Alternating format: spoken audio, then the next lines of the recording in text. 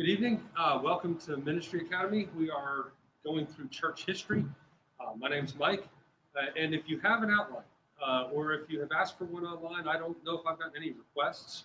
But if you send a request to an email, hopefully Scott can put it up on the screen. If you send us an email and ask us to share the outline with you, that'd be the best way to do it right there. Info at thepioneernetwork.org. Send us a request. Say, I would like to have the email. It'll be a Google Doc. If you can't do Google Doc, let us know. I'll make a PDF and email to you. So if you've got your outline, and if you come here in place, I've now got them printed out so you can have a paper copy. But we're on point number 4 in our outline, which says Moses to Saul. And we've gone through some of this already.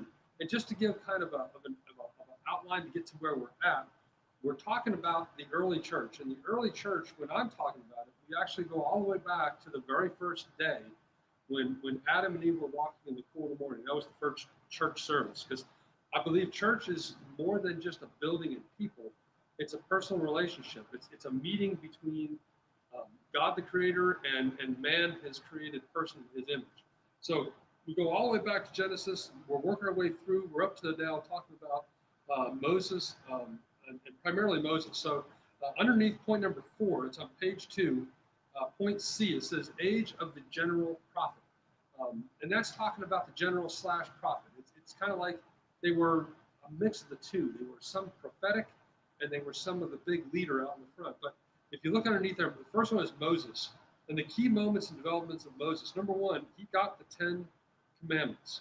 And one of the things that is interesting, if you read the Old Testament and the New Testament together, when it's talking about Jerusalem, or it's talking about Israel, God tells Moses, he says, I'm going to make you a royal priesthood and a holy nation. Moses goes up the mountain, he gets the 10 commandments, he comes back down, they're worshiping the golden calf, he breaks the tablets, he goes back up, gets the commandments again, comes down, and what happened in between was Moses said, who is for the Lord? And of all the tribes, the Levites were the only ones. They said, we are for the Lord. And they strap on swords and they go out through the nation, and they start basically a little mini warfare to bring the people under control. And 4,000 to 6,000 people died at the hands of the Levites. And the name Levite actually means bound. So they're the ones that are bound to the Lord. That's what the name actually literally means. So what happened, when Moses was going up the mountain first, he says, we're going to make you a holy nation and a royal priesthood. And when they came down the mountain, wrote the tablets, the Levites strapped on swords, came back down the mountain with the 10 commandments. All of a sudden, the only people that are priests at this point now are just the Levites. And I'm taking some license here, and I'm sure people will disagree. But if you look in Peter, it says that we are a holy nation and a royal priesthood. The church is. That ties our Old Testament church to our New Testament church and makes it all one church. There's really no difference between the Old Testament and New Testament church. There's different looks, there's different history, but God is saying we're all the same church. He didn't change the church. Some of the aspects of it may have changed, but it's still a relationship between God and man. And the relationship was supposed to be, I believe, that when Israel were to have been at the base of the mountain, had been righteous and had earned God's favor through their righteousness, they would have been the priests to the entire world. They would have been the people that intercede between God and then all of the Gentiles. They would have been the people that were like, the whole nation of Israel was the temple, and the rest of the world was the people that could access God through the Israelites. And that's why God said that, one of the reasons why God told Abraham that through you many people will be blessed. I believe that the plan for God, if things had gone perfect, and man was up to the task, and Israel was up to the task, they would have been our priests. That's not what happened.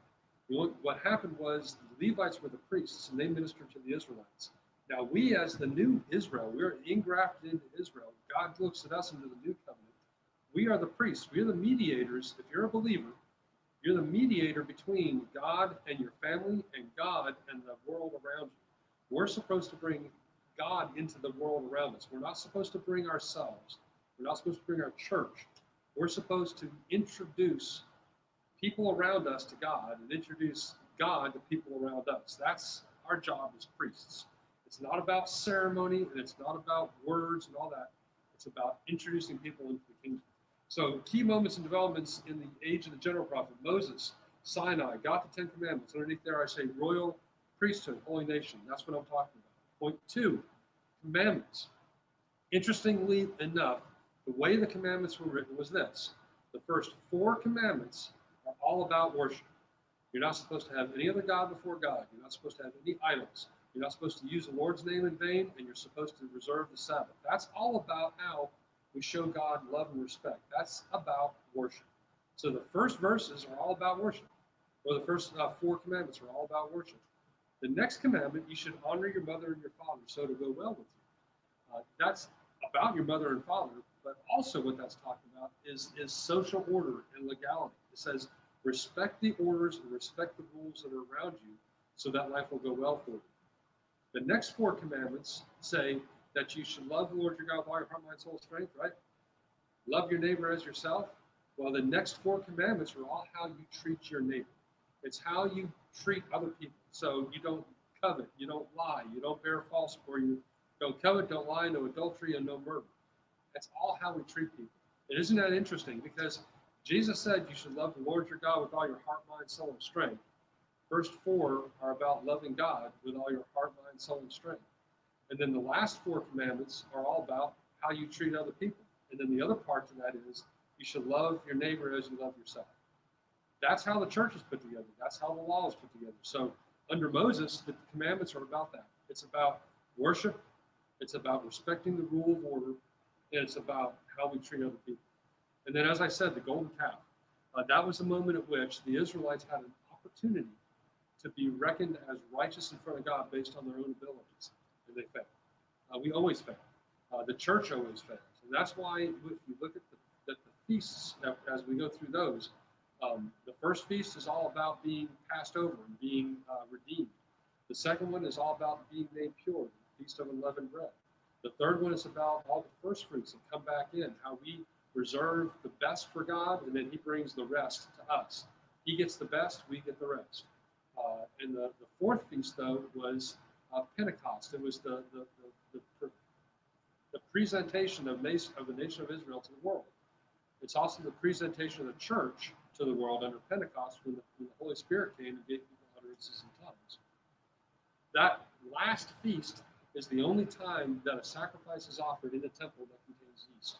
And the reason why is God is saying that the nation of Israel is impure and the church is impure, and yet I have chosen both the nation of Israel and the church for them.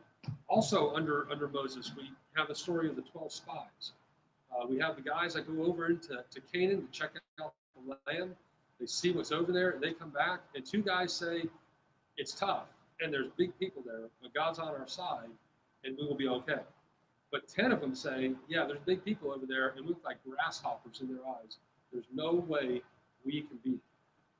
It's interesting, isn't it, that only 2 out of 10 say, essentially, we can take these guys, and the rest of them say we can't do it. It comes down to that, remember the 80-20 rule, that 20% of the people do 80% of the work? Well, that's about the division between the spies that went out and said something good and the spies that went out and said something bad. It's the 80-20 principle working again. And because of the 80% of those spies that came back and said we can't do it, they spend 40 years out in the desert. And all the people except for the 2 good spies die out in the desert. And then there's the failure at the rock. This is when Moses was told to go ahead and command the rock to bring water out. Instead of commanding it, he hits it with a stick. I think partly because he wanted to have something more dramatic than just saying something to a rock. I think the other thing is he was just tired of the Israelites. And because of that, point number D, Moses never saw the promised land. And some people think that maybe that was really harsh on the part of God to not have Moses see the promised land. But in some respects, I think maybe if it were me in his position, having spent the last 40 years with the Israelites, I would want just a little bit of peace and quiet before I have to die. But so Moses, and under him, we begin to see that the church, the way we interact with God, becomes more and more solidified with rules and regulations, and traditions start to grow. Key character traits about Moses. Point number 2, he was trained to lead like Pharaoh from behind. He had to be retrained to lead like a shepherd from in front. If you're looking for how you're supposed to lead people in church, we're given an opportunity to see how Moses was taught by Pharaoh, which isn't the right way. That he was sent out into the desert with a bunch of goats and sheep to learn the right way.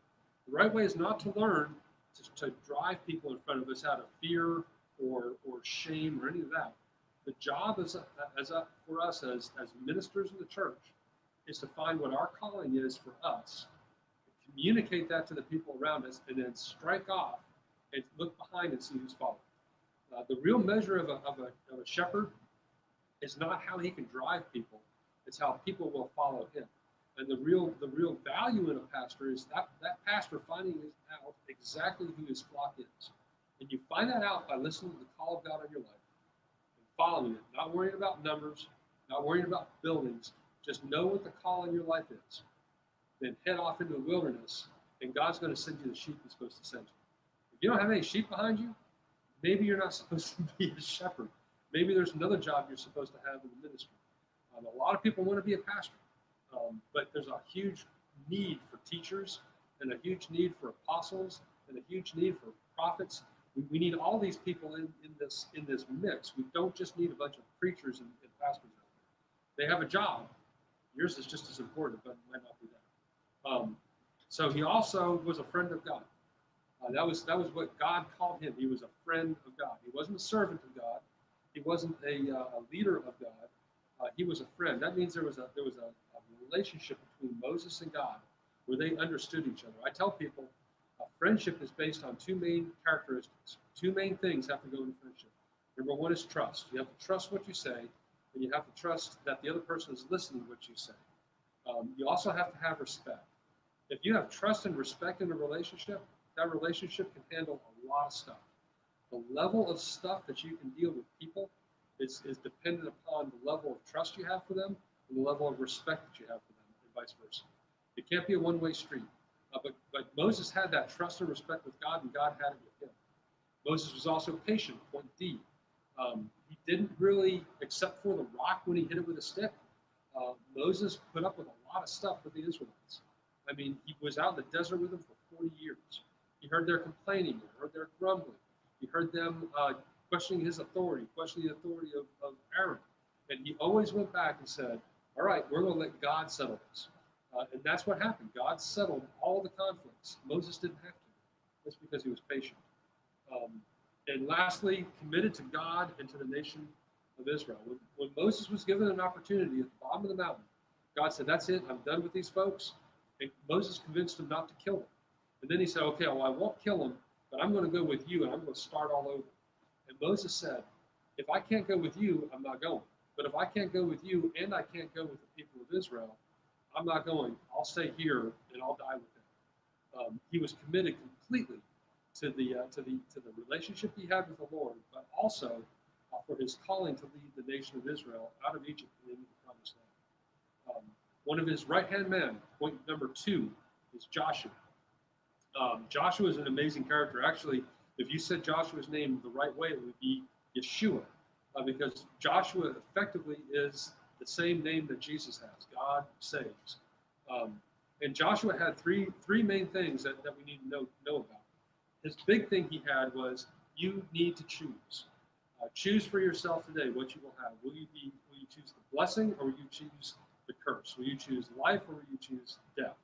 Choose for yourself today. And when the people said, we're going to choose, Joshua said, be very, very careful what you choose here. And be careful what you say you're going to do, because when it gets down to push comes to shove, you'll find out that you don't really want the things that you think that you want. I think it's important for us in church as well today to make sure people understand that they need to step out and make a choice right up front. I remember a friend of mine had a really bad pregnancy. His wife was pregnant, and they didn't know how the pregnancy was going to go. And I called him, and I prayed with him on the phone, and I said, you need to decide today. If this baby dies and is not born alive, is this the thing that decides for you that you no longer will follow God? And he said, that's a heck of a question to ask. And I said, I know it is, but it's something you have to ask yourself right now. Before it happens, say, will I yet choose to praise the Lord, even if the thing that I don't want to happen actually happens? And wouldn't you know it, whenever you give people advice like that, it comes around, doesn't it? because I was facing a situation where my son was in danger. We didn't know what was going to happen with him. And he called me and he asked me the same question. He said, you know, you probably asked me this question just so I could ask you later. But if Aiden doesn't get well and the Lord takes him, are you going to say, that's it? That's the line you couldn't cross. I'm done. And I said, you know what? I'm making up my mind now that worship is what I'm going to do, regardless of how this turns out with my son. Joshua did the same thing. He was a person of high character. If you read the accounts of Joshua, he never once wavered from his trust in the Lord, and he never once did anything that you could look at that had any shade of dishonesty about it, or fear, or loathing. Joshua was a man of high character. And lastly, he was the same as Moses. He was a shepherd leader. He was a person that walked the walk and did it out in front, and he inspired people to follow him. So that's the era of Moses and Joshua. The next one is the age of the judges. And there's three characteristics of the age of the judges. Number one is there was no formal government. What you had were 12 tribes. You had the 10 commandments, and you had the Levitical law to keep everyone together. You had the tabernacle was being carried from place to place to place, and that's where worship and sacrifice happened. But there was no other formal government involved. And then the second point, and it kind of goes hand in hand with it, there were periods of rebellion followed by repentance. If you ever read the book of Judges, what you'll read over and over and over again, it says that the people, there was no king, and the people did what they saw that was good in their own eyes. And what would always happen is they did what was good in their own eyes, and it ended up going worse to worse to worse to worse to really bad. And then it would get so bad that the Israelites would say, this is so awful, we need someone to come and rescue us. And they would start praying and calling on the name of the Lord again, and the Lord would raise up another prophet, another judge, and they would come in and they would rescue Israel. And as soon as they rescue Israel and that judge is out of the way, what do? Everyone did it as they saw fit in their own eyes, and it got worse and worse and worse and worse until they cried out to God again. And God sent them another judge. So no formal government, periods of rebellion followed by repentance. And the last point was the last judge was Samuel. And there were some key moments with Samuel. Number one, he heard God. He was the one who was sitting, he was dedicated to the temple service by his mom. His mom was barren, and she said, if you give me a son, if you give me a child, I'll dedicate him to your service in your temple. So the guy, Eli was the guy, I think his name was Eli, was this priest that Samuel was serving. The Ark of the Covenant was there, and the altar was there. A lot of the items were there, and people were bringing their sacrifices and meeting up and doing all the temple type stuff they were supposed to do right there. And Samuel was left there, and he heard a voice saying, Samuel, Samuel, and he runs to the priest and he says, you were calling me. He says, I wasn't. It took 3 times before the priest finally said, it's not me, it's the Lord. So be quiet and then ask him what he wants. And that was the commissioning of Samuel. That's when he became the prophet of Israel. So he heard God. Some of the things that he did, he anointed Saul. And this was a key moment in the history of the church and the history of Israel, because the nation of Israel said, we're tired of the judges. What we want is we want a government, we want a king like all of the other nations. And Samuel was really distraught because he said, the only king we're supposed to have is the Lord. And he said, so he was arguing with I guess, the people, and he was arguing his soul. And God told him, he says, don't worry, Samuel. They haven't rejected you, they've rejected me. And if you're a teacher or a preacher or a prophet, and your job is to tell people about who God is, and God tells you, don't worry about it, they haven't rejected your teaching, they've rejected me, that shouldn't make you feel terribly good. I think it tore the heart of Samuel out when God said, they haven't rejected you, they've rejected me, which is true. They rejected God as their king, and they wanted one just like all the other nations. So God basically sends him Saul. And Saul looks like the king they all wanted. He was tall, he was good looking, he was muscular, he was athletic, and he looked like the king they all wanted. So basically, the nation of Israel asked for a king like all the other kings, and God gave them one exactly like all the other kings. And then he also ended up having to rebuke Saul, because Saul would never do what he was supposed to do. Saul wasn't a man that sought after God's heart. Saul was a man who lived by his appetite. He was motivated by his anger and by his fear and by his pride. And Saul ended up rebuking, or Samuel ended up rebuking Saul and telling him that the kingdom was going to be taken away. Samuel also anointed David, and he anointed the one that he would have picked last, because he went to Jesse and he went through all the sons that Jesse had, all the big guys, all the muscular guys, but they ended up with the little one, the youngest one, and they picked him, or God picked him and anointed him. And David was a man after God's own heart. He was patient as well. He didn't worry about the fact that Saul was the king and he wasn't. He knew that Saul was the anointed one. So he was going to live under the trust that he had from the Lord and say, I don't care if I'm not the king right now. I know you anointed Saul, and Saul is the king. And Saul even tried to kill him. And when Saul finally was dead, he died in battle, fell on his own sword, and David became king. He went through his own trials.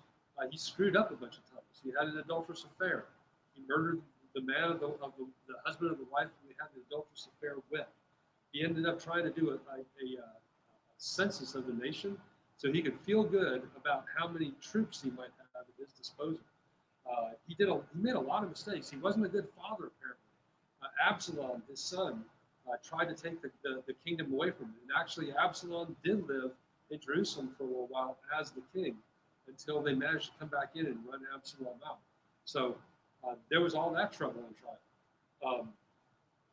So that's kind of an idea of Samuel. So if you turn your page, or you have to turn the page, yeah, go to point number 5.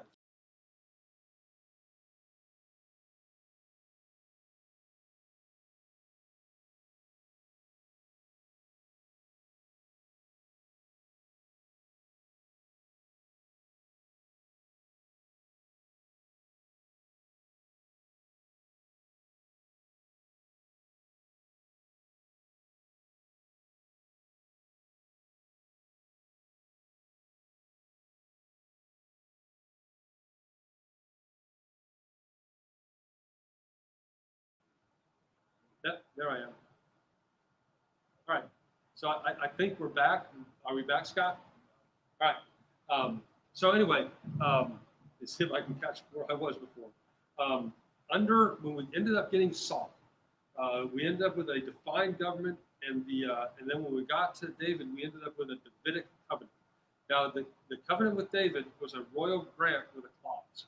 The royal grant is the one that says you're going to get what you get, and it's yours.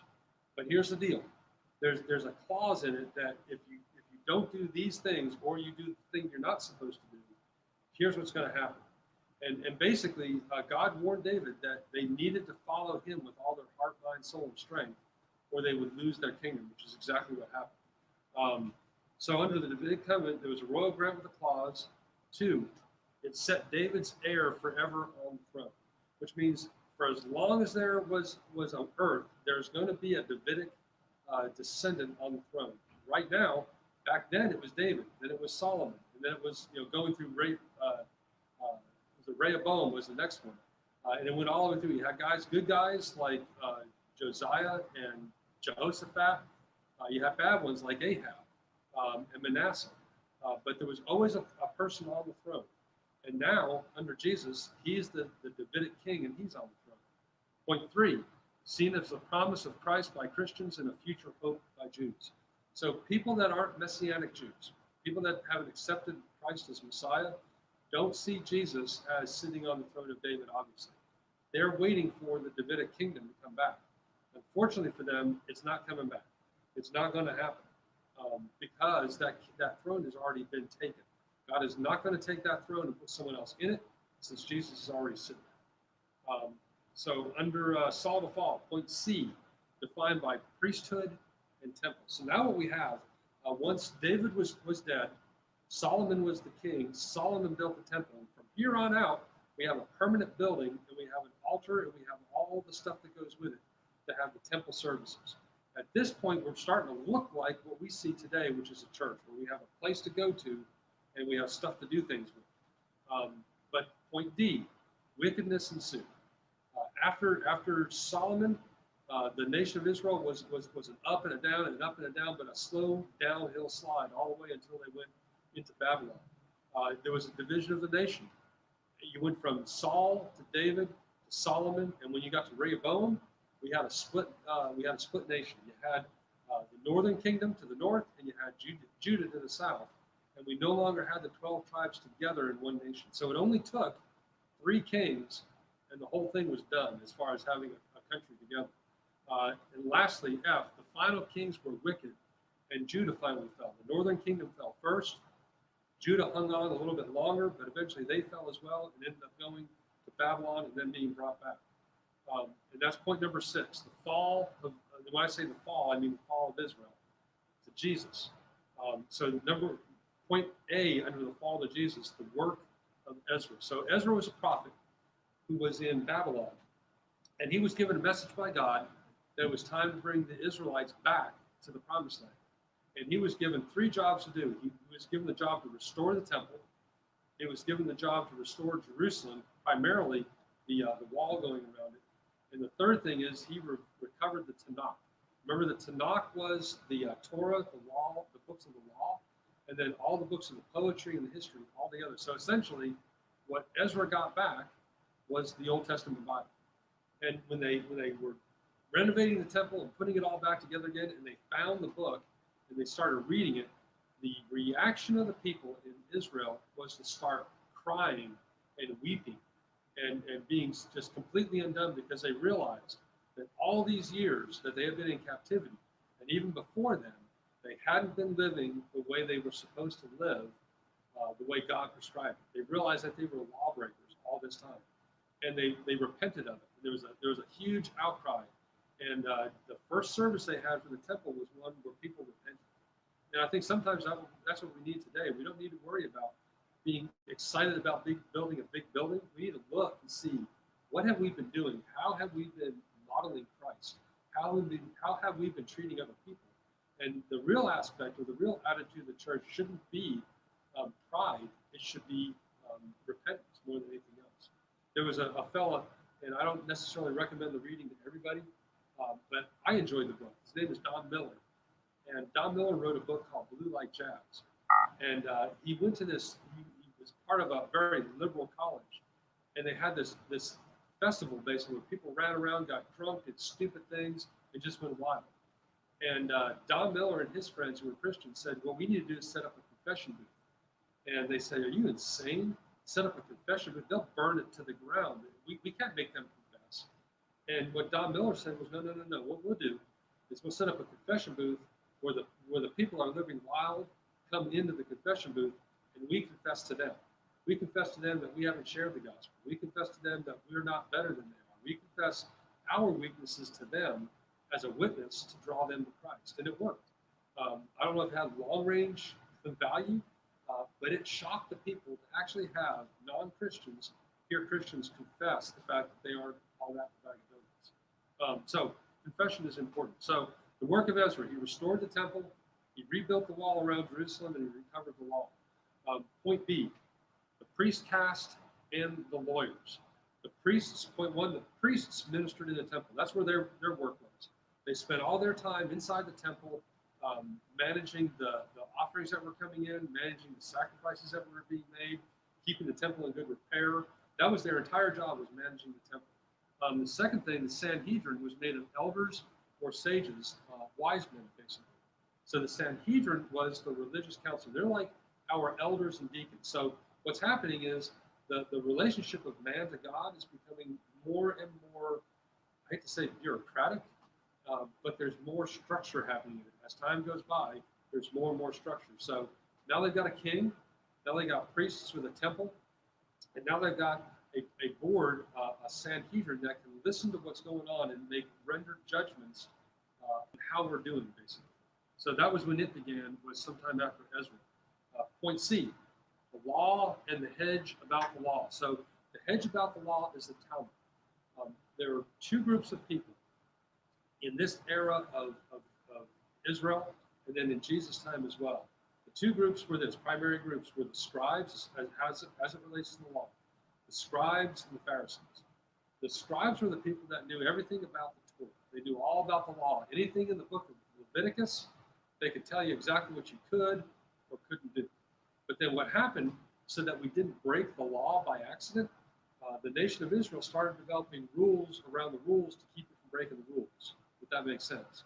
So To make sure that you didn't do too much on the Sabbath and qualify as work, they told you exactly how far you could walk on the Sabbath. It was a half a mile.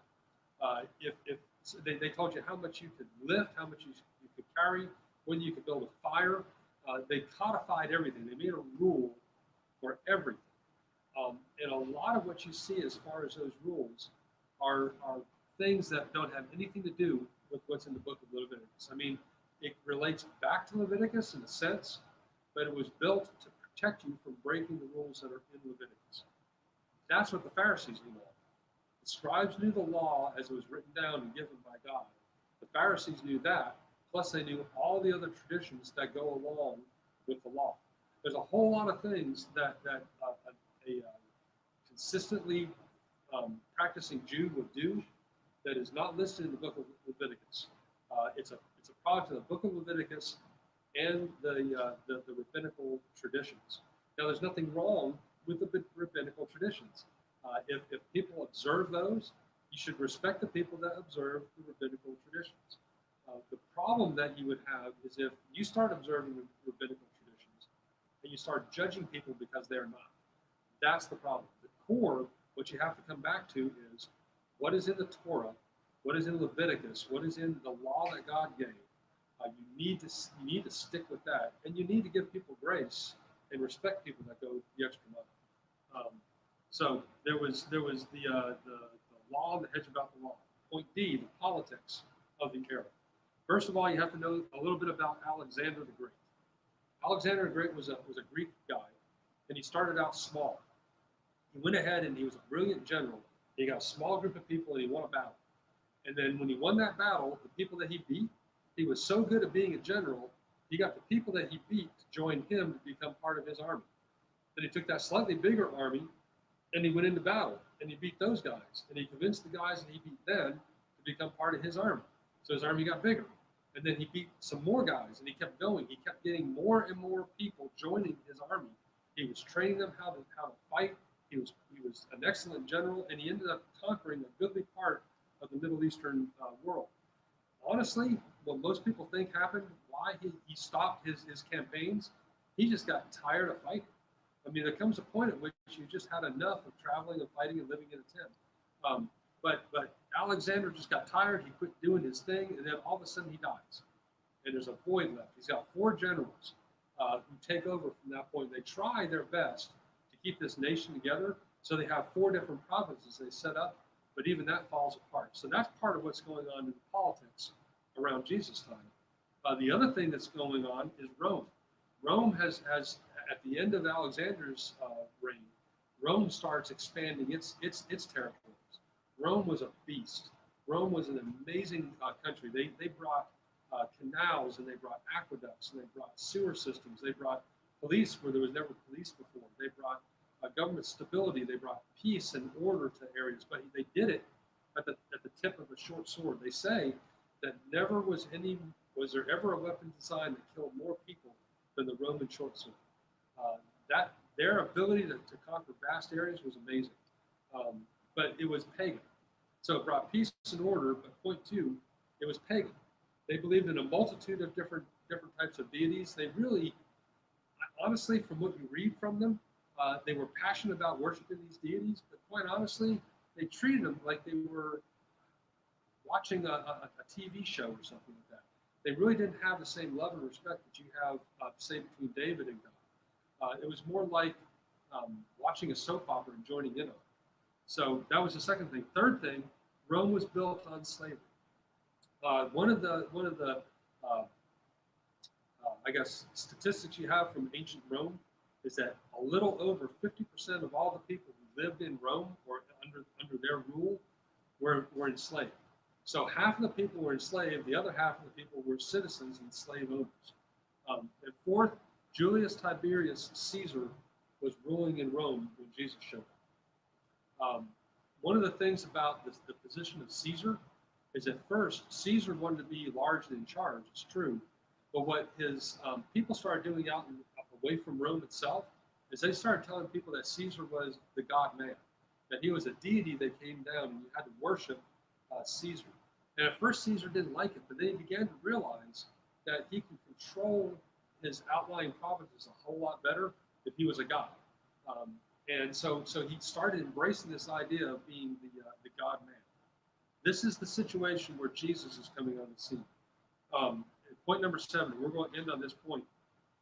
The new church, the days of Jesus. So there's some key characteristics in the days of Jesus. Number 1, it was Roman rule, which means it was the Roman way or the highway. You did it their way. They would tolerate a little bit here and there. They gave the Jews their feasts, and they gave them their temple, and they gave them their language, and they gave them all that kind of stuff. But when it came down to obeying the law, it was the Roman rule all the way. So it was Roman rule, but it was also Roman peace. It came in with taxes levied to fix roads and to build the aqueducts and get the sewage out of the place. It made things cleaner. It made economies better. It made life a little more orderly. And it's really easy for us, even when we're under rule of something we don't like, if our pockets are a little bit happier, we're cool. And I mentioned this in church actually on Sunday. I said, a lot of us are frustrated with where we are in the government and how the U.S. government is treating us right now. But I don't see a whole lot of people turning in their $1,400 checks and saying, I don't want your money because I don't agree with you. The truth of it is we like our comfort, and we like our peace, and we like our order. And that's what the Jewish people liked as well. They hated the Romans, but they preferred, in a lot of ways, the quality of life they had in the Romans than if there was no Rome. Second thing is there was Greek culture all throughout Israel. It's what is called Hellenistic Jews. Hellenistic Greek brought into Judea is Hellenistic Jews. So the Greek language is through the country.